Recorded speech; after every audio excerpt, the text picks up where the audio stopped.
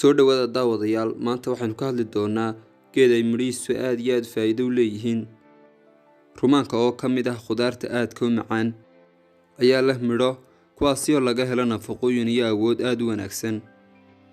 Waxaanu haddaba barnaamijkeena daawada ku soo bandhigi doonaa daraasado lagu sameeyay geedkan iyo faa'iidooyinka caafimaad ee laga helo. Waxaana soo qaadan doonaa qodobo aad u muhiim ah. Cilmi baadhis cusub ay soo saareen koox cilmi baadhayaal ayaa lagu ogaaday faa'iidooyinka uu leeyahay geedka rumaanku. Daraasadan ayay kooxdu ku sheegeen in cunista amba cabista rumaanku ay faa'iidooyin badan u leedahay jidhka. Waxaanu yareeyaa xaydha ku samaysanta caloosha. Faa'iidooyin badan ayay ku sheegeen kooxda daraasadan soo saartay waxaana ay ugu yeedheen superfruit. Intii lagu guda jiray cilmi baadhista ayaa dad si mutadawacnimo uga qayb qaadanayay ayaa laga codsaday inay muddo bil ah inay cabbaan 1 litir oo rumaan shiidana. Waxaanay ogaadeen kooxda cilmi baadhista waday inuu dhammaan ka takhalusay xaydha calooshooda ku samaysantay.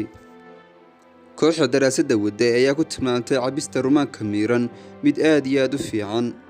Waxaanay ku talinayaan inay isticmaalaan dadka ka baqaaya dhiigkarka. Sidoo kale dadka dhiigooda hoos u dhaco ee dareema awood yaraanta ayay ku talinayaan inay cabbaan rumaanka shiidan.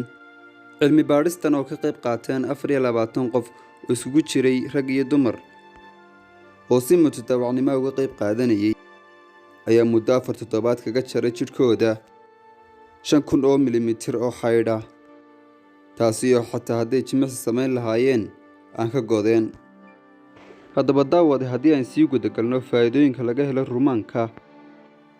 Wanaajinta xasuusta.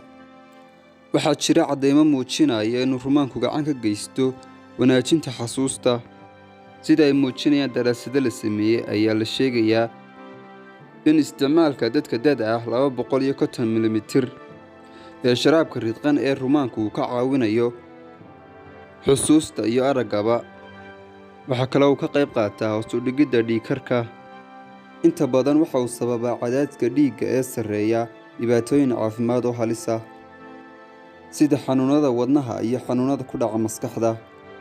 Isticmaalidda rumaanka ridqan wuxuu ka caawinayaa cadaadiska dhiigga ee sarreeya, waxaanu dardargeliyaa halbowlayaasha dhiig-mareennada iyo wadnaha.